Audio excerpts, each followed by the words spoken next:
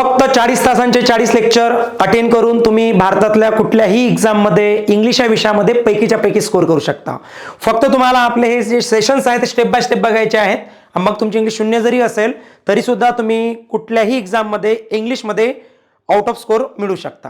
चला, आजचा आपला लेक्चर नंबर 9 आहे. याच्या अगोदर आपण टोटल 8 लेक्चर कंप्लीट केलेले आहेत. जर ते 8 लेक्चर तुम्ही बघितले नसतील तर ते 8 लेक्चर अगोदर बघून घ्या, जेणेकरून आजचं लेक्चर तुम्हाला प्रॉपर समजेल. आजचं लेक्चर थोडंसं ॲडव्हान्स लेक्चर आहे. याच्यामध्ये आपण काय शिकणार आहोत बघा. आजचं जे आपलं 9वं लेक्चर आहे याच्यामध्ये तुम्ही शिकणार आहात ॲडव्हान्स कन्सेप्ट. जेवढंही मी आतापर्यंत शिकवलं हे थोडंसं बेसिक होतं, बराच बेसिक टू ॲडव्हान्स कन्सेप्ट तुम्हाला शिकायला मिळणार आहे. तुम्ही याच्या अगोदर हेल्पिंग वर्ब, 40 वर्ड्स, त्याच्यानंतर तुम्ही पार्ट ऑफ स्पीच आणि टाइप्स ऑफ सेंटेन्सेस, फॉर्म्युले, टेन्सेस कसे असतात हे सर्व तुम्ही बघितलं. पण आजचं जे लेक्चर आहे थोडंसं ॲडव्हान्स लेक्चर आहे. त्याच विद्यार्थ्यांना समजेल ज्या विद्यार्थ्यांनी ऑलरेडी 8 लेक्चर अटेंड केलेले आहेत. चला मग बघूया आपण. भारतातली कुठली एक्झाम असू द्या, सर्व एक्झामसाठी हे सेशन्स उपयुक्त आहेत. ऑलरेडी आपण 8 लेक्चर कंप्लीट केलेले आहेत. आज आपलं लेक्चर नंबर 9 आहे आणि या लेक्चर नंबर 9 मध्ये आपण शिकणार आहोत जेवढेही तुम्ही आतापर्यंत शिकलेले आहेत त्याचा एक ॲडव्हान्स भाग हा तुम्ही शिकणार आहात आणि त्याच विद्यार्थ्याला समजेल ज्याने अगोदरचे 8 लेक्चर बघितलेले आहेत. चला ठीक आहे. बघा, आजचं जे लेक्चर आहे त्याला स्टार्ट करण्यापूर्वी आपल्याला थोडंसं बेसिकली आजचं लेक्चर आहे कशावरती हे थोडं समजून घेऊया आपण.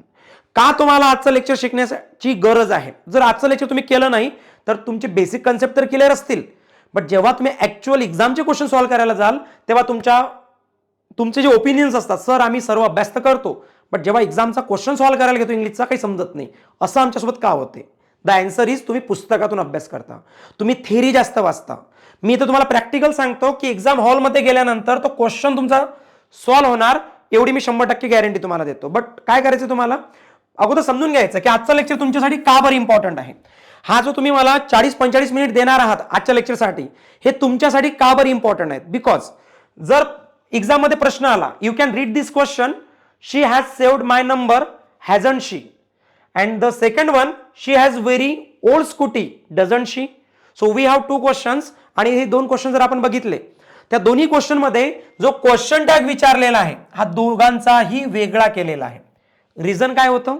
रिझन इज मी अजून तुम्हाला शिकवणं सुरुवात केली नाही. मी सांगणार आहे की तुमच्यासोबत काय काय इश्यू होऊ शकतात जर तुम्ही आजचं लेक्चर नाही अटेंड केलं तर. बघा, याच्यामध्ये सुद्धा हॅज आहे बट याचा क्वेश्चन टॅग आपण काय केला, हॅजंट शी. याच्यामध्ये सुद्धा हॅज आहे बट याचा क्वेश्चन टॅग काय केला आपण, डझंट शी. असं का बरं.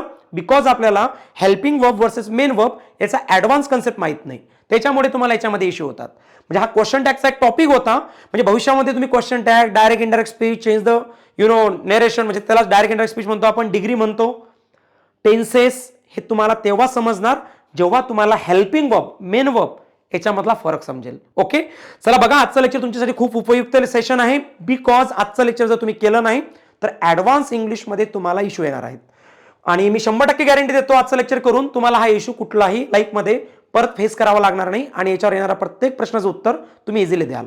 ओके, बघा सेकंड क्वेश्चन बघा. You are brave. ओके, काय आहे you are brave. Simple present tense.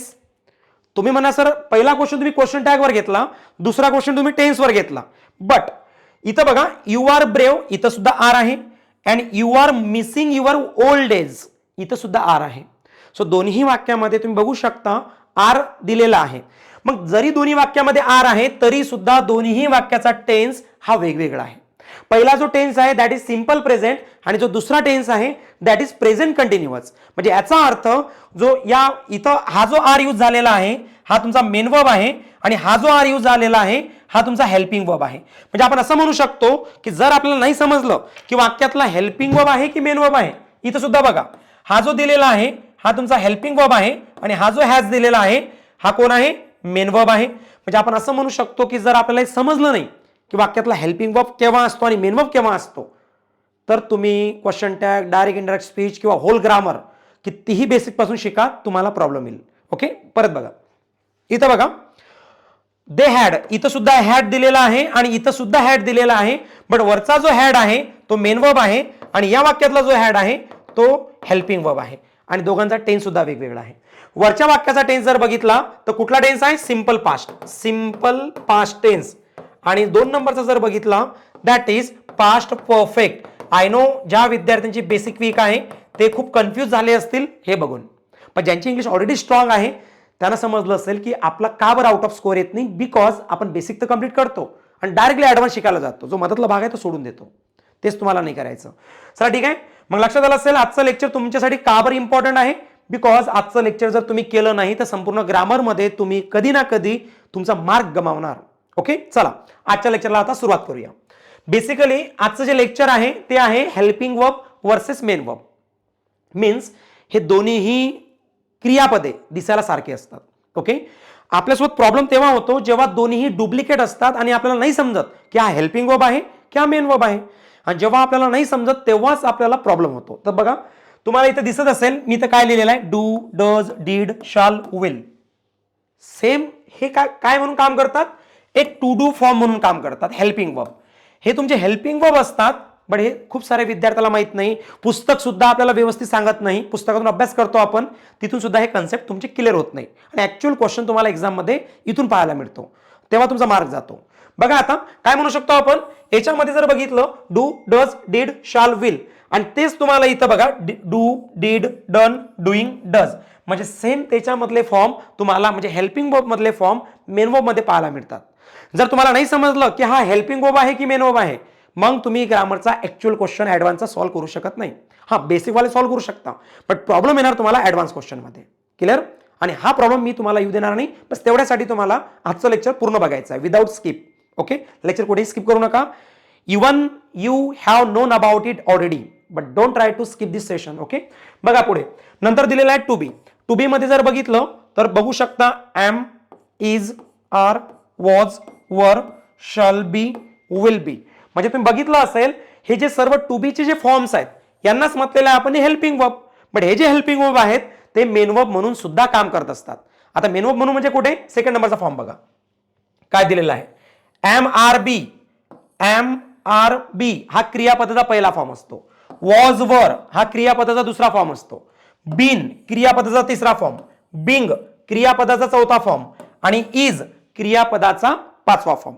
मला म्हणायचं आहे की हे जसे तुम्ही बघितले हेल्पिंग वर्ब आहेत ते मेन वर्ब म्हणून सुद्धा काम करतात आणि हेच आपल्याला आजच्या लेक्चरमध्ये शिकायचं आहे विथ एक्झाम्पल्स. मी खूप सारे एक्झाम्पल्स आणलेले आहेत तुमच्यासाठी जेणेकरून तुम्ही सेकंदामध्ये ओळखू शकाल की हेल्पिंग वर्ब आहे की मेन वर्ब आहे. ओके, पुढे चला आणखी. इथं बघा to have. To have form काय काय असतात, have, has, had, shall have आणि विल हॅव. हे ॲज अ हेल्पिंग वर्ब म्हणून काम करतात, बट तेच मेन वर्ब म्हणून सुद्धा काम करतात. बघा कसं, तर पहिला फॉर्म हॅव, दुसरा फॉर्म हॅड, तिसरा फॉर्म हॅड, चौथा हॅव्हिंग आणि पाचवा काय होणार, हॅज होणार. सो एवढं जर तुम्हाला समजलं तर तुम्ही ऍडव्हान्स इंग्लिश ग्रामरमध्ये एंटर केलं असं म्हणू शकतो आपण. म्हणजे बेसिकली तुम्हाला माहित आहे जर आपण इथं सेव्ह लिहिला असेल तर त्याचा सेकंड फॉर्म सेव्ड होतो, थर्ड फॉर्म सुद्धा सेव्ड होतो, फोर्थ फॉर्म सेव्हिंग आणि फिफ्थ फॉर्म होणार सेव्ज. या पद्धतीनं म्हणजे बेसिकली आपण असं म्हणू शकतो की सर्वच्या सर्व काय असतात, आपले मेन वर्ब असतात. मेन वर्ब म्हणजे मुख्य क्रियापद की जे तुम्हाला तुमची ऍक्शन दाखवतात. नॉन ऍक्शन सुद्धा म्हणून ते काम करतात, दोघांचे काम करतात. ऍक्शन अँड नॉन ऍक्शन त्याला आपण मेन वर्ब म्हणतो. आणि हे असतात हेल्पिंग वर्ब. यांचं काम असते वाक्यामधली ऍक्शन हे कुठल्या काळामध्ये घडली, प्रेझेंटमध्ये घडली, पास्टमध्ये घडली की फ्युचरमध्ये घडणार आहे हे सांगण्याचं काम हेल्पिंग वर्ब करतात. आणि मेन वर्बचं काम काय असते, वाक्यामधले ऍक्शन दाखवणे किंवा ऍक्शन जर नसेल तर नॉन ऍक्शन सुद्धा दाखवण्याचं काम, म्हणजे काहीतरी बनणे, काहीतरी असणे, तर हे सुद्धा काम आपले मेन वर्ब करत असतात. क्लिअर? आता आपला प्रश्न आहे की सर यांना आयडेंटिफाय कसं करायचं. दिसायला दोन्ही पण सारखे आहेत, बट यांना आयडेंटिफाय कसं करायचं, this is the main question for us. Okay, बघूया आपण आता. हे दिसायला दोन्ही पण सारखे आहेत, बट यांना आयडेंटिफाय कसं करायचं. I have very best tricks and by using it everyone can solve any question on this topic. Okay, बघा कसं, तर इथं दिलेलं आहे to do. First of all we will clear how to identify to do whether it is helping verb और main verb. So this is the first question की आपल्याला ओळखायचं आहे की हा जो टू डू दिलेला आहे हा ॲज अ हेल्पिंग वर्ब म्हणून काम करतो की ॲज अ मेन वर्ब म्हणून काम करतो हे आपल्याला बघायचं आहे. तसं जर बघितलं तर इथं टू डू दिलेला आहे बघा, आणि हा टू डू जो आहे तुम्हाला माहित आहे हेल्पिंग वर्ब म्हणूनही काम करतो आणि मेन वर्ब म्हणूनही काम करतो. बट क्वेश्चन येतो कसं ओळखायचं आपण. आपली इंग्लिश शून्य आहे, आपल्याला इंग्लिशमध्ये काहीच येत नाही आणि आपल्याला ओळखायचं आहे, तर कसं ओळखू आपण. बघा आपण टोटल इंग्लिशमध्ये ब्लँक आहोत. फक्त आपल्याला काय माहित आहे का, फक्त आपल्याला बेसिक माहित आहे जे आतापर्यंत आपण शिकलो 8 लेक्चर. 8 लेक्चरमध्ये लेक्चर नंबर 1, लेक्चर नंबर पहिलं जे आपण युट्यूबला तुम्हाला दिलेलं आहे फ्री ऑफ कॉस्ट, त्याच्यामध्ये काय शिकलेले आहे तुम्ही 40 शब्द शिकलेले आहेत. या 40 शब्दामध्ये तुम्ही शिकलेले आहात हेल्पिंग वर्ब आणि मेन वर्ब आणि सब्जेक्ट आणि ऑब्जेक्ट. हे 40 शब्द मी तुम्हाला लेक्चर नंबर 1 मध्ये शिकवलेलं आहे. जे विद्यार्थी म्हणतील सर आम्हाला हे 40 शब्द पण माहित नाही, मग प्रॉब्लेम आहे. ॲटलिस्ट मी काय सांगितलं, मी तुमच्याकडून प्रॉमिस करून घेतलं पहिल्याच लेक्चरमध्ये, if you learn this 40 words then I can take your guarantee. Okay, so otherwise तुम्हाला इंग्लिश समजणार नाही. जे विद्यार्थी 40 शब्द सुद्धा पाठांतर करू शकत नाही, मग त्यांनी वेस्टेड फीस भरून क्लास जॉईन करण्याची काही गरज नाही, बिकॉज ऑलरेडी आपले 40 शब्द लर्न नाही होत. तर बाकीचं काय होणार. तसंही आपण पुस्तकापेक्षा एवढं शॉर्टकटमध्ये देत आहे की तुम्हाला एक्झाम हॉलपर्यंत लक्षात राहणार आहे. आणि तुमची जी मेहनत आहे ते मी घेऊन आमच्या टीमने घेऊन तुमच्यासाठी खूप सोपं करून दिलेलं आहे. म्हणजे तुम्हाला जे मेहनत घ्यावी लागते खूप वाचून अभ्यास करून, हे आणखी सोपं केलेलं आहे आम्ही तुमच्यासाठी. फक्त तुमचं काम काय आहे, थोडंसं तरी, म्हणजे आम्ही जर तुम्हाला 100% तुम्हाला 50 to 70% ते सोपं करून देतो, तर तुमचं पण रिस्पॉन्सिबिलिटी असली पाहिजे 50 to 25% त्याला समजून घेण्यासाठी. तर एवढं तुम्हाला करायचं आहे, 40 शब्द फक्त. आणि माहिती आहे आपल्याला 3री 4थी 5वीचे विद्यार्थी जरी असले ते सुद्धा करू शकतात, तर आपण का नाही, आपल्याला तर पोस्ट घ्यायची आहे. ओके, चला बघू. आता आय होप इथपर्यंत क्लिअर आहे, समजलं आम्हाला की 40 शब्द माहीत आहेत. माहीत नसतील तर परत मी एकदा रिवाइज करून देतो. 40 शब्द कुठले शिकलो आपण, सब्जेक्ट शिकलो 5 होते, I, we, you, they, he, she, it, तुम्हाला आठवत असतील. आपण हेल्पिंग वर्ब पण शिकलो 27 होते. कुठले कुठले होते, do, does, did, shall, will. त्याच्यानंतर एम, इज, आर, वॉज, वर, shall be, will be, have, has, had, शाल, हॅव, विल हॅव, आणि 10 मॉडेल शिकलो. असे 27 हेल्पिंग वर्ब होते. त्याच्यानंतर आपण मेन वर्बचे 5 फॉर्म शिकलो की V1, V2, V3, V4, V5 कसं आयडेंटिफाय करायचं, आणि ऑब्जेक्टचे 3 प्रकार शिकलो. असे टोटल आपण 39 वर्ड्स शिकलेले आहोत, ज्याला आपण 40 शब्द म्हणून नाव दिलेलं आहे. चला ठीक आहे. मग मला असं म्हणायचं आहे की आयडेंटिफाय कसं करायचं, माझ्याकडे एक बेस्ट टेक्निक आहे, ट्रिक आहे. ती कशी बघा, इथं पण दिसायला डू आहे आणि इथं पण दिसायला डू आहे, पण दोन्ही पण डू वेगळे आहेत. तुम्ही म्हणा सर असू द्या ना, दोन्ही वेगळे, काय फरक पडतो.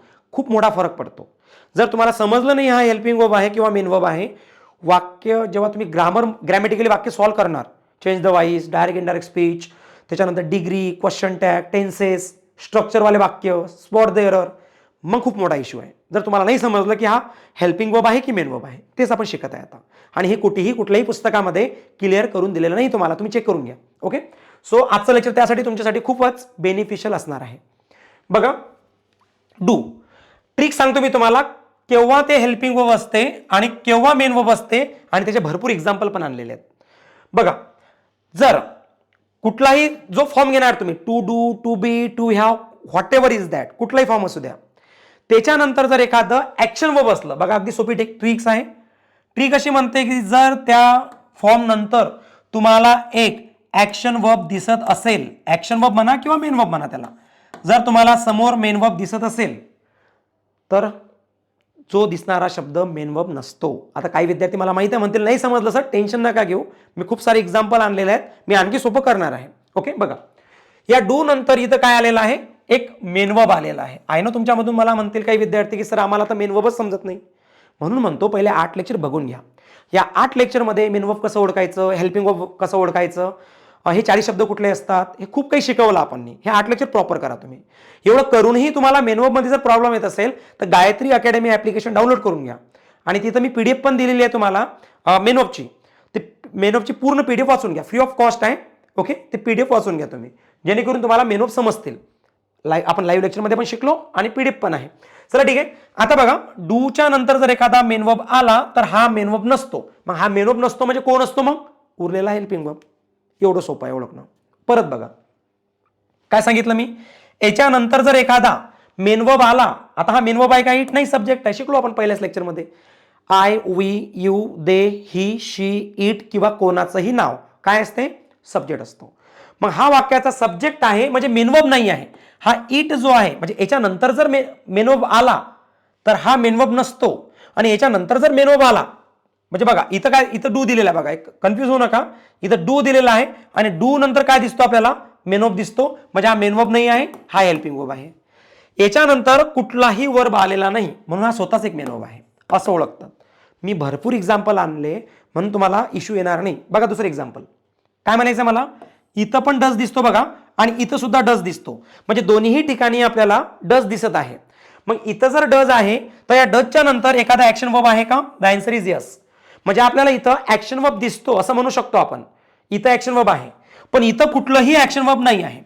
मग इथं जर मेन वर्ब आहे तर हा स्वतः मेन वर्ब नसू शकतो. मग हा उरलेला कोण असेल? हेल्पिंग वर्ब असेल, असं ओळखतात.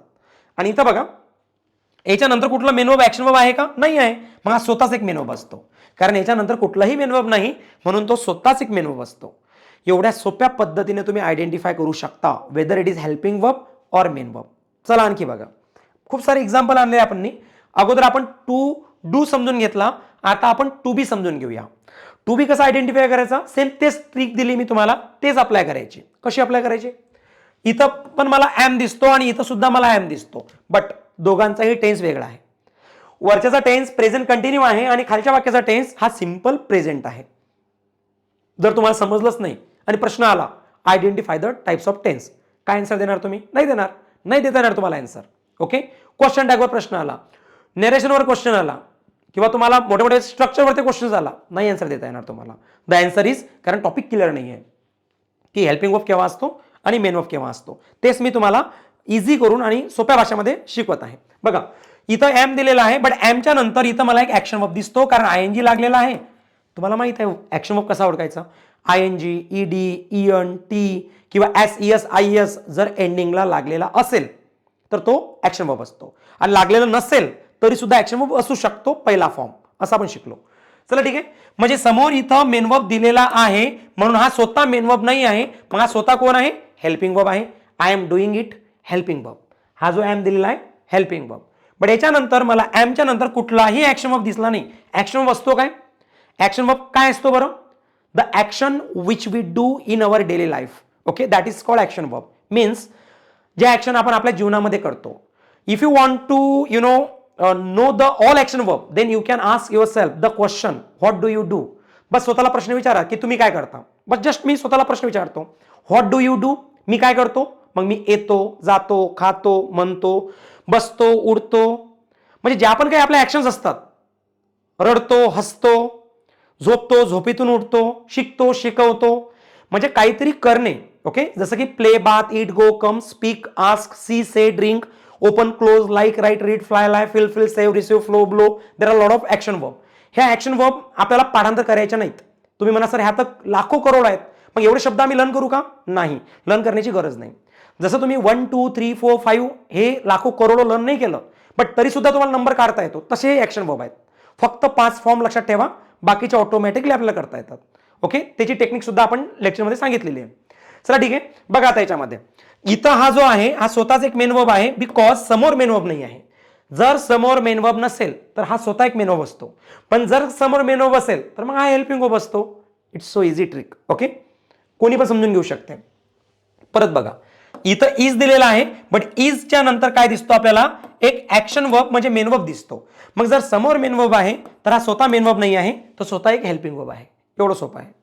आणि इथं जर बघितलं तर हा जो इज दिलेला आहे हा याच्यानंतर मला कुठेही ऍक्शन वर्ब दिसत नाही, म्हणून हा स्वतःच एक ऍक्शन वर्ब आहे, म्हणजे मेन वर्ब आहे. एवढ्या सोप्या पद्धतीनं तुम्ही वाक्यामधला हेल्पिंग वर्ब कुठला, मेन वर्ब कुठला इझिली आयडेंटिफाय करू शकता. पुढे झालं, you are preparing for MPSC exam. तुम्ही एमपीएससी एक्झामसाठी तयारी करत आहात.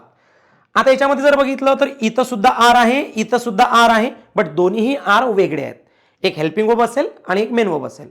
जसं मला सांगायचं झालं तर याच्यानंतर जर मेन वर्ब आला, इथं समोर मेन वर्ब दिसतो, म्हणजे हा स्वतः मेन वर्ब नाही, हा स्वतः कोण आहे? हेल्पिंग वर्ब आहे. पण या दुसऱ्या वाक्यामध्ये समोर मेन वर्ब नाही, म्हणून स्वतःच कोण आहे? मेन वर्ब आहे. एवढ्या सोप्या पद्धतीनं प्रत्येक विद्यार्थी आयडेंटिफाय करू शकतो weather it is helping verb or main verb. Okay, चला शेवटचा कुठला राहिलेला आहे? टू बी चालू आहे. अगोदर टू बीला एंड करूया आपण, जेणेकरून ऑल कन्सेप्ट तुमचे क्लिअर होतील. टू बी मध्ये जर बघितलं आपण, टू बी मध्ये आणखी काय घेतलं आपण? I am doing it, I am doing it. Okay, page परत झालं. चला पुढे जाऊ. नेक्स्ट बघा, इथं सुद्धा वॉज दिलेला आहे, इथं सुद्धा वॉज आहे, म्हणजे दोन्हीही टू बी आहेत. इथं पण वर आहे, इथं पण वर आहे. पण आता आयडेंटिफाय कसं करायचं? समोर बघायचं. समोर जर इथं मेन वर्ब दिलेला आहे, म्हणजे इथं गोईंग हा मेन वर्ब आहे, तर हा स्वतः मेन वर्ब नसतो, स्वतः हेल्पिंग वर्ब असतो. आणि जर समोर मेन वर्ब दिलेला नाही तर हा स्वतःच एक मेन वर्ब असतो. झालं, संपलं. एवढ्या सोप्या पद्धतीनं प्रत्येक विद्यार्थी आयडेंटिफाय करू शकतो. आणखी एक्झाम्पल घ्या, कारण जेवढे जास्त एक्झाम्पल घेणार तेवढे जास्त तुमचे कन्सेप्ट क्लिअर होतील आणि तुम्हाला एक्स्ट्रा रिव्हिजन करण्याची गरज पडत नाही. तुम्हाला माहित आहे, मी प्रत्येक विद्यार्थ्याला म्हणतो की इंग्लिशमध्ये कुठे इश्यू आला तर पर्सनल माझ्या नंबरला कॉन्टॅक्ट करा, तरी पण विद्यार्थी जास्त करत नाहीत. हां, त्याचा नेम आणि ते पाठवतात, your name and city, but इंग्लिशमध्ये डाऊट जास्त मला विचारत नाही. द रिझन इज त्या लेक्चरमध्येच एवढी क्लिअर होते की परत तुम्हाला रिव्हिजन करण्याची सुद्धा गरज पडत नाही. ओके, सो प्रत्येकाने फक्त व्यवस्थित समजून घ्या, लेक्चर स्किप करू नका, जेणेकरून तुम्हाला एक्स्ट्रा रिव्हिजन करण्याची गरज पडणार नाही. चला पुढे चला, एक्झाम्पल आपण तेवढे जास्त घेतो जेणेकरून तुमची प्रॅक्टिस सुद्धा इथंच होऊन जाणार आहे. आता इथं सुद्धा समोर काय दिलेलं आहे, एक ऍक्शन वर्ब दिलेला आहे, मेन वर्ब. म्हणजे समोर जर मेन वर्ब असेल तर हा स्वतः कोण असतो, हेल्पिंग वर्ब असतो. आणि समोर वाक्यामध्ये कुठेच मेन वर्ब नाही, म्हणजे हा स्वतःच एक मेन वर्ब आहे. मग तुम्ही म्हणणार सर वाक्यामध्ये जर हेल्पिंग वर्ब नसेल तर चालते का? हे चालते, पण वाक्यामध्ये जर मेन वर्ब नसेल तर चालत नाही. जगामधलं कुठलंही वाक्य घ्या, त्याच्यामध्ये मेन वर्ब येतो मीन्स येतो. विदाऊट मेन वर्ब वाक्य बनत नाही. ओके, पुढे चला, नेक्स्ट एक्झाम्पल बघूया आणि लास्ट टॉपिक बघूया याच्यातला, that is to have. To हॅवला कसं आयडेंटिफाय करू ते एकदा समजून घेऊ आपण. बघा, इथं पण तुम्हाला विल बी दिसतो आणि इथं पण विल बी दिसतो, इथं तुम्हाला शाल बी दिसतो आणि इथं सुद्धा शाल बी दिसतो. थोडंसं समजून घेऊया याच्याबद्दल. हा टू बी मधलाच राहिलेला भाग आहे. बघा, एवढा जो भाग आहे ना हा टू बी मधला आहे. ओके, टू बी, आणि इथून चालू होणार आहे आपला टू हॅव. शेवटच्या मधला थोडासा राहिला होता, इथं घेऊन घेऊया आपण. टू हॅव इथून चालू होणार आहे. ओके, हॅव पासून पुढे टू हॅव लागणार आहे. ओके, चला ठीक आहे, पुढे जाऊया आपण, आता समजून घेऊ. मला काय म्हणायचं आहे की दोन्ही ठिकाणी टू बी आपल्याला विल बी दिसतो, बट दोन्हीही विल बी वेगळे आहेत. कशा? बघा, तुम्ही फॉर्म मध्ये शिकले होते ना, एम, बी आणि आर हा काय असतो, हा क्रियापदाचा पहिला फॉर्म असतो. हे मी लिहून दिलं तुम्हाला आजच, चार्ट लिहून दिला याच्यामध्येच. ओके, बघा कसं, तर आता याच्यामध्ये जर मला असं म्हणायचं, या विल बीच्या नंतर जर काय आला असेल, मेन वर्ब आला असेल, तर हा स्वतः काय असतो, हेल्पिंग वर्ब असतो. पण या विल बीच्या नंतर जर समोर काय आला नसेल, मेन वर्ब नसेल, तर स्वतः मेन वर्ब असतो, पण स्वतः केवढा, इथपर्यंत. म्हणजे आपला जो मेन वर्ब आहे बी हा V1 आहे आणि हा जो विल आहे हा हेल्पिंग वर्ब आहे, तो असा काम करणार आहे. आलं लक्षात? म्हणजे इथं बी जो आहे तो as a first form verb काम करणार आहे. आणि हे आपल्याला माहित नसते, म्हणून आपण कितीही ऍडव्हान्स लेवलचे वाक्य शिकायला घेतली, प्रॅक्टिस केली, तरी इश्यू येण्याचं कारण असते हे बेसिक क्लिअर नाही आहे, जे बेसिक मधून ऍडव्हान्स आपण शिकत आहे. पुढे चला, इथं बघा, इथं सुद्धा शाल बी आहे आणि इथं सुद्धा शाल बी आहे, दोन्ही शाल बी वेगळे आहेत. इथं जर मेन वर्ब आला असेल तर हा स्वतः पूर्णच्या पूर्ण हेल्पिंग वर्ब असतो. पण इथं कुठलाही मेन वर्ब नाही, म्हणून याच्यामध्ये काय झालं, हा जो बी आहे हा पहिला फॉर्म आणि हा जो शाल आहे हा हेल्पिंग वर्ब टू डूचा फॉर्म. म्हणजे याचा टेन्स जो आहे ना सिंपल फ्युचर टेन्स आहे आणि याचा जो टेन्स आहे ना फ्युचर कंटिन्यू टेन्स आहे. खूप मोठ्या टेन्स मध्ये चुका तुम्ही करू शकता, तुम्हाला टेन्स सुद्धा येणार नाही जर हा कन्सेप्ट क्लिअर नाही. तर जे टेन्स म्हणतो ना आपण इम्पॉर्टंट असतं सर्वांपेक्षा, ते सुद्धा तुम्हाला येणार नाही जर हा कन्सेप्ट क्लिअर नाही झाला तुमचा. तर सो इथं हा जो टेन्स आहे फ्युचर कंटिन्यू आणि हा जो टेन्स आहे सिंपल फ्युचर. ओके, पुढे चला, नेक्स्ट बघा, इथून टू हॅव चालू होता. आता टू हॅव मीन्स इथं सुद्धा हॅव आहे आणि इथं सुद्धा हॅव आहे, बट या हॅव नंतर तुम्हाला एक ऍक्शन वर्ब दिसतो. कसं ओळखलं, ईडी लागलेलं आहे म्हणून. म्हणजे इथं आपण असं म्हणू शकतो की या ठिकाणी आपल्याला काय दिसतो, एक मेन वर्ब दिसतो. मग इथं जर मेन वर्ब असेल तर हा स्वतः काय आहे, आपला हेल्पिंग वर्ब आहे. बट या वाक्यामध्ये सेकंड वाला कुठेही समोर मेन वर्ब नाही, म्हणजे हा काय असेल, हा स्वतःच एक मेन वर्ब असेल, असं आयडेंटिफाय करू शकतो. हा सिंपल फ्युचर सॉरी हा सिंपल प्रेझेंट आहे आणि हा प्रेझेंट परफेक्ट आहे, असं तुम्ही आयडेंटिफाय करू शकता. पुढे चला, आणखी बघूया आपण. आणखी जर याच्यामध्ये बघितलं, टू हॅवचाच कन्सेप्ट चालू आहे. इथं सुद्धा हॅज दिलेला आहे, इथं सुद्धा हॅज दिलेला आहे, बट आयडेंटिफाय कसं करायचं हे आपण बघत आहे.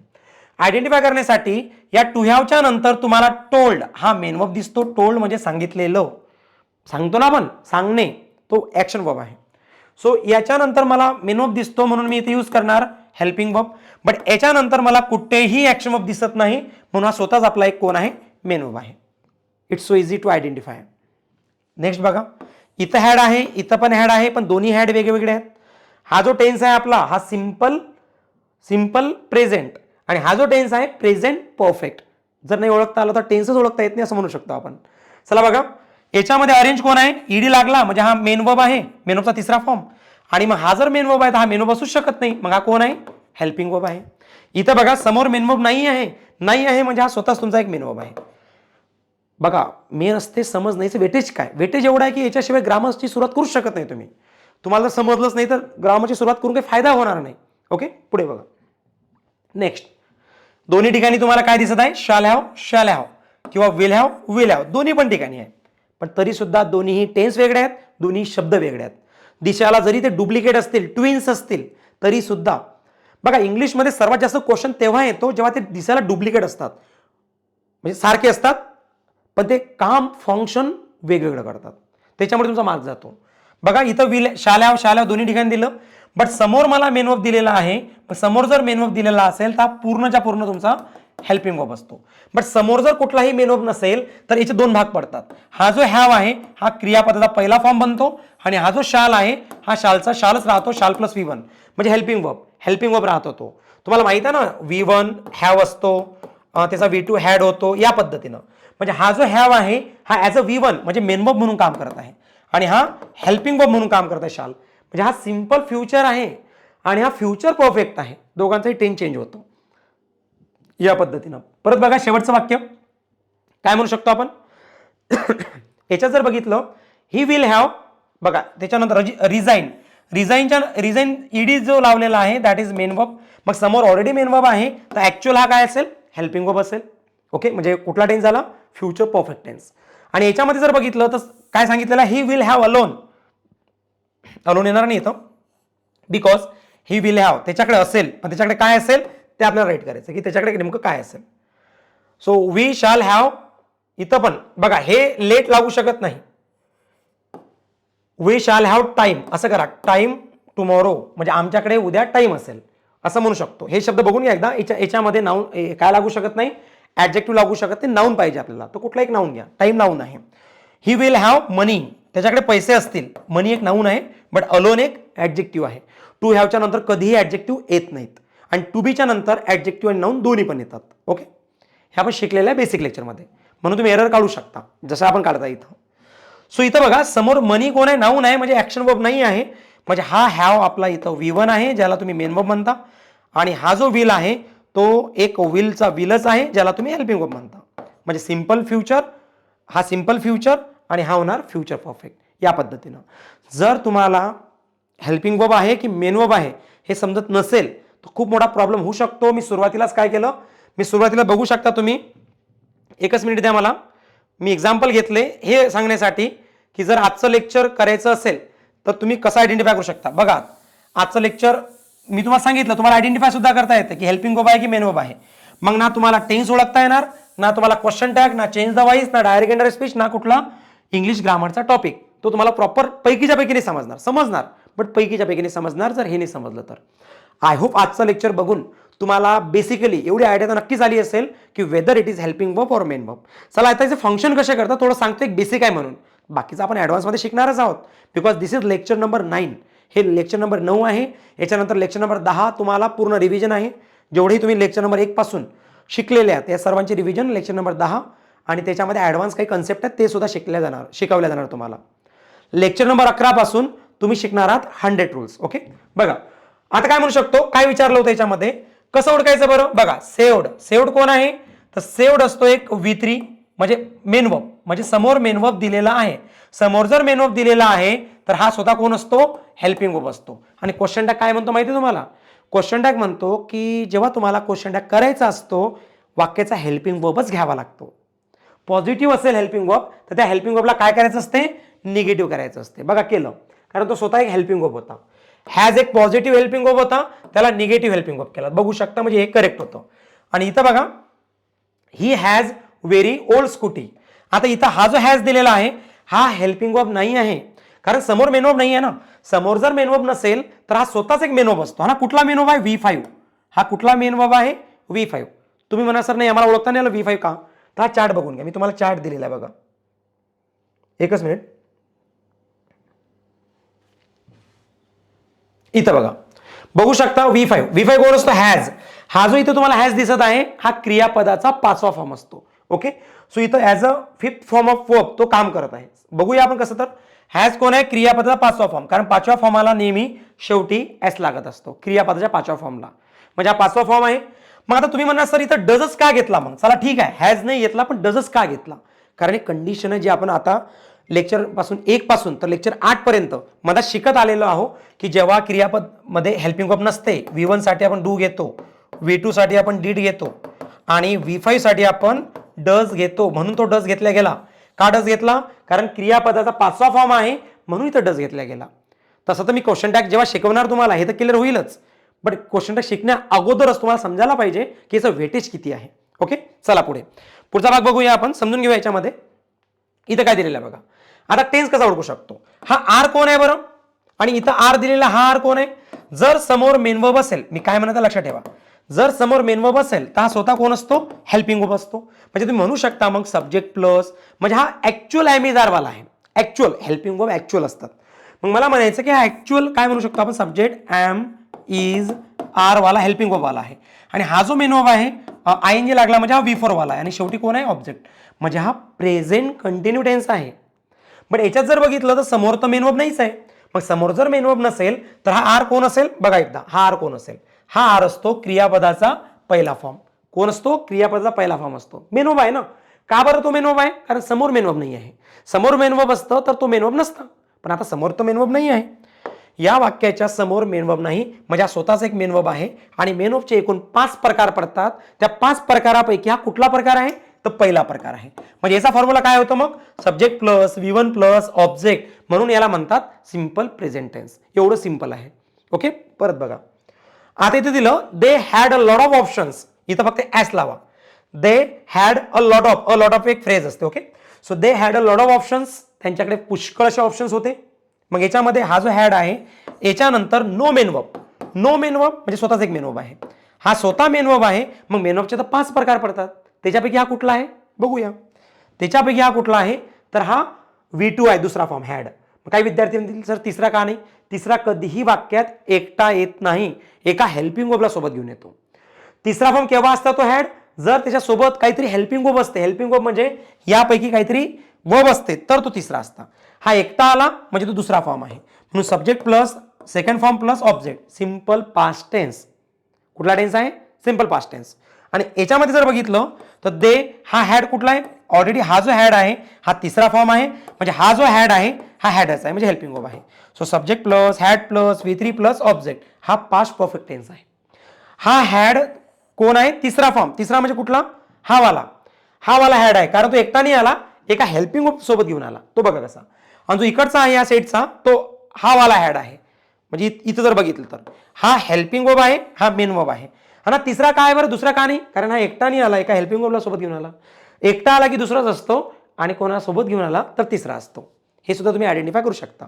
सो आय होप आजचा लेक्चर तुम्हाला नक्कीच बेनिफिशियल ठरलं असेल, आणि असेच तुमचे हे 10 लेक्चर्स आहेत ते सर्वांना फ्री ऑफ कॉस्ट आपण दिलेले आहेत, जेणेकरून तुम्हाला समजेल की यस बेसिक जर प्रॉपर क्लिअर नसेल तर किती मोठा इश्यू आपल्यासोबत होऊ शकतो. चालेल, तुम्हाला असं वाटतं की सर आता हे जे बॅच आपण चालू केली 40 आवरची, फक्त 40 तासांचे 40 लेक्चर्स आहेत. 40 तास तुम्हाला द्यायचे आहेत, आणि हे लेक्चर किती आहेत? 40 आहेत. हे 40 तासांचे 40 लेक्चर्स जे आहेत आपले, हे जर तुम्हाला जॉईन करायचे असतील तर आपला नंबर आहे 7999189909. या नंबरला तुम्ही कॉल किंवा व्हॉट्सअप मेसेज करू शकता ऍडमिशन घेण्यासाठी, किंवा या कोर्सबद्दल काही डाऊट असेल तुम्हाला विचारण्यासाठी. हा नंबर दिलेला आहे, गायत्री अकॅडमी म्हणून सेव्ह करून घ्या. पण तुम्हाला वाटतं की सर मला इंग्लिशमध्ये काही इश्यू आहे, मला इंग्लिशमध्ये इश्यूज आहेत किंवा काही प्रॉब्लेम आहे इंग्लिशमधला, तर हा माझा पर्सनल नंबर देत आहे मी तुम्हाला 9098138483. या नंबरला तुम्ही तुमचं नेम आणि सिटी मला सेंड करायची असते, जेणेकरून मी तुमचा स्वतः नंबर काय करतो माझ्या मोबाईलमध्ये सेव्ह करून घेतो, जेणेकरून माझे प्रत्येक स्टेटस हे तुम्हाला दिसतील. मग कुठली एक्झाम येऊ द्या किंवा एक्झामचा कुठलाही अपडेट असू द्या, मग फर्स्ट ऑफ ऑल सर्वात अगोदर तुम्हाला मिळतो. चालेल मग. सो थांबूया आपण आता. सो या नंबरला कॉल करू नका, या नंबरलाच कॉल करा, बिकॉज माझ्या नंबरला कॉल करू नका, मी कॉल रिसिव्ह करत नाही तुमचा. ओके, तुम्हाला इंग्लिशमध्ये काही इश्यू असेल तरच स्क्रीनशॉट टाका किंवा मेसेज करा. अदरवाईज तुम्हाला कोर्सबद्दल कुठलीही इन्फॉर्मेशन हवी असेल तर हा वरचा नंबर दिलेला आहे, सेव्ह करून घ्या. चालेल, थांबूया आपण आता. So all of you bye. Thank you so much everyone. Take care. भेटूया नेक्स्ट सेशनमध्ये.